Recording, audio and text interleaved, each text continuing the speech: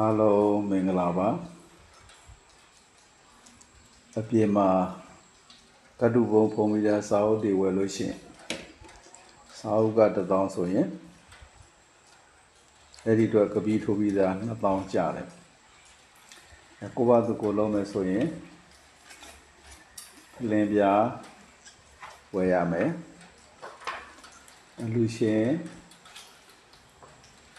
လူရှင်နာမည်စတစ်ကာရရမယ်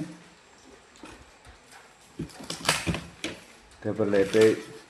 ဝယ်ရမယ်အဲ့ဒီဖလင်ပြားတွေကို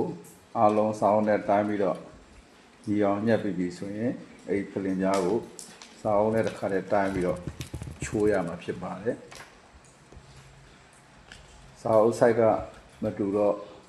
ဒါကလည်းချိုးရင်ကျွဲသွားနိုင်တယ်ဒါကြောင့်မို့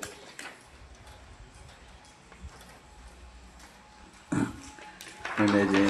ချိုးရတာဖြစ်ပါတယ်ဒီစပင်းသားကိုစိတ်ရှိနဲ့အဲ့လိုလေးချိုးလိုက်မယ်ဆိုရင်လုံးဝကျင်းတော့အောင်တဲလေးနဲ့ပြလိုက်မယ်ဆိုရင်အဲ့ဒီစာအုပ်မျက်နှာပုံတစ်ဖက်အတွက်လမ်းများတစ်ခုရသွားပြီဖြစ်ပါတယ်နောက်တစ်ဖက်အတွက်လမ်းများတစ်ခုကိုအဲ့ဒီလိုပဲချိန်ပြီးတော့ခေါင်းမှာဖြစ်ပါတယ်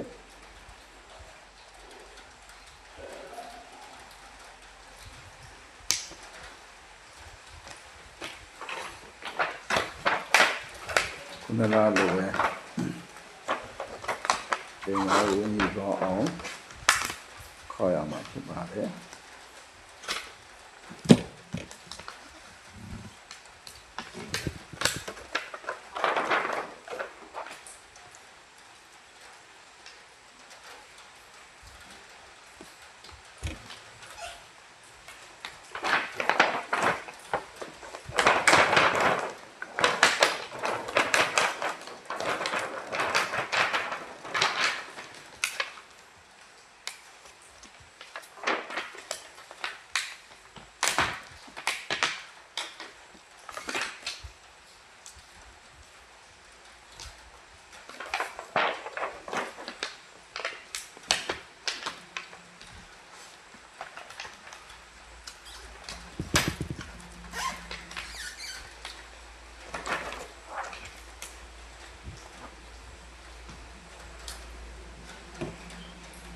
လင်းပြားခေါက်လို့ပြီးလို့ရှိရင်ဒီပဲလက်တိတ်ကရမှာဖြစ်ပါတယ်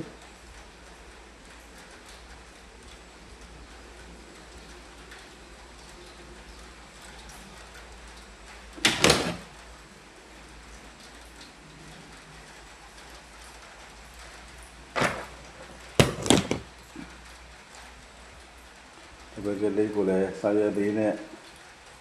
အုံတော့ကြော်လေးနဲ့ဒီအောင်ကပ်ပြီးသွားရင်အောက်ဘေးနှက်ခမ်းလေးနဲ့ထိပြီးတော့အသားလေးပဲဆွဲသွားလို့ရပါတယ်အဲ့ဒါဆိုရင်လုံးဝအမြည်ဖြစ်သွားပါတယ်ဒါစတစ်ကကန်လိုက်မယ်ငါအပေါ်ဖုံးဖို့ကလေးများကိုနေရာညှိမယ်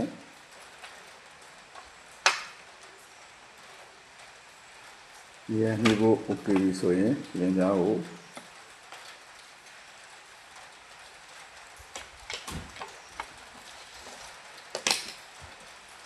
တခြားလိုက်မယ်ကလေးနဲ့ဖိလိုက်မယ်